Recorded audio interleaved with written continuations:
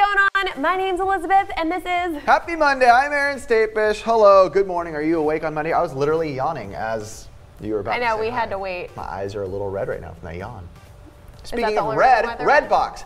Redbox, that was good. I'll give you that. Redbox is upping their prices for game rentals and also for Blu-rays. It's the first time that they're doing this, and now it's going up by $1. So instead of renting games for $2, it's going to be $3. But this isn't going into effect until January 6th of 2015. And then it's also going to be the Blu-rays, I think, are $1.50, and they're going to up to $2. So they're trying to say that they're going to be able to have more in stock for new games, new consoles, so that they can have more. Because you know when like you have your favorite movie or game you want to go play and then it's out of stock, that kind of stinks. So they're upping the prices, so hopefully when you go back then they'll actually have them in stock and everything. Yeah, I'd say that to me, some people might not like it, but to me it's worth the $1 because like you said, if it's going to give them more stock, that's important because Redbox, that's the number one thing that I've noticed. I'm like, oh wow, look, they have Call of Duty Advanced Warfare. That's kind of cool for them to get this for $2, but then you go there and like you said, 99% of the time it's like out of stock. Well, yeah, well, if that happens, then that's cool, but I don't know, sometimes I feel like you might still show up and you don't know how much extra. Are they getting one extra per box, or are they getting, I don't know how many. We'll see, we'll find out. It's still a decent deal. I've always been pretty happy with Redbox. Regardless, it's a lot cheaper than Blockbuster back in the day. I mean, I used to pay like, what, $5 per movie or something like that? So. When I last left Blockbuster before they went out of business in my area, I was like, I think I was paying like $8 for a game, but then you get it for like 7 days, so it kind of works out.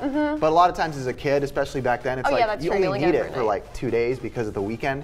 Half the time once the school started, my parents would be like, okay, you don't get that. Yeah, and they didn't say anything about the price of if you keep it an extra night, so I think it's still just $1 if you just want it an extra night. Just hopefully. Keep playing. Yeah. But on to the next thing, this is pretty cool. Metal Gear Solid creator Hideo Kojima has come out and said what his favorite game of the entire year was, and now I will say it was something pretty shocking because to me, it's not a console game. It's a mobile game, and it's a game called Framed, which is developed by an independent Australian studio called Love Shack.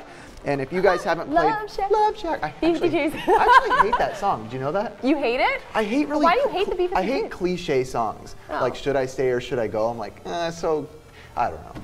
I like the B-52s. Deep music. But besides that, yeah, the game Framed, if you guys don't know, I actually didn't really know the game. I've heard about it, but I never looked into it. And it looks like a film noir type game where you can move around pieces of a comic, which kind of like interactively play where you're going to go into the game. And it definitely was interesting. He was stoked on the game. He said, for those unfamiliar with Framed, it's an award-winning noir-style puzzle game. Hey, that's what I said.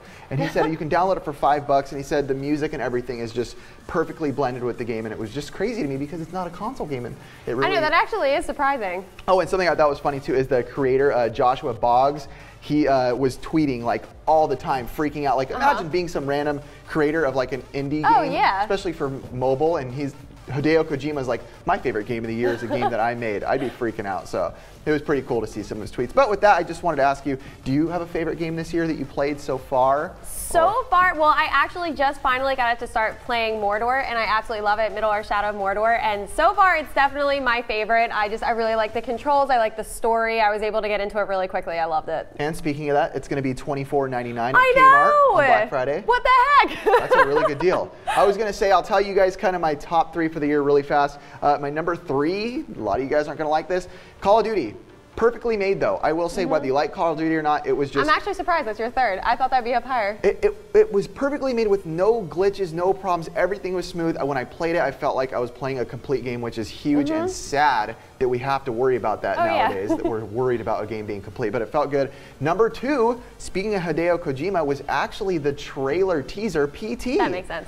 Which is crazy if you think about it. A PT got me in the hour that I played it more than most games did. It got the whole office, whether they were playing it or not. We were all just like, oh my god. And I will say, speaking of PT, it was my favorite graphics of the year also. I feel like it was the most smooth a game has felt. That fetus is going to be in my head for a while. Not a lot was happening in the game, but everything just felt clean. And my favorite game of the year so far, even though there's only about a month left, is by far, Miles and Leap Year's Super Smash Brothers. I played it this weekend. I actually went to a log cabin with Ricky and his family, and we took it up there, and we played probably 200 matches that weekend.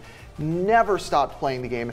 So clean, so much fun. The environmental, just everything moving. It's what you expect in a Smash Brothers game. And I'm still dying to play it. Yeah, we're trying. Our Wii U's giving us a little bit of a hard time. I know. Now, I'm like, what the heck? Yeah, so if you guys haven't played it, go get it. I did buy an amiibo too. I bought Link. I couldn't. I know. I saw it. So yeah, let us know what games you guys like this year so far. What's your favorite so far? Your favorites? I don't think really much is coming out the rest of the year, but maybe a few. Game of Thrones and. Yeah, I don't know. I'm just stoked about Smash. So let us know what you guys like. Tweet us at Elizabeth_Panos, at Aaron Stapish, also at TheGrid Gaming. Whoever you want to talk to, we're there. You more likely want to tweet to me because do you guys know who's actually behind TheGrid Gaming? I don't think they've actually seen who does the tweets. It's a mystery. Who does it? It's Jesus Christ himself. Oh my God! Jesus Christ! All right, you guys. I'll talk to you guys again here soon. We'll talk to you again here soon at TheGrid Gaming. Remember, L stands for Lizardbirth. Dang it. I was going to say locusts.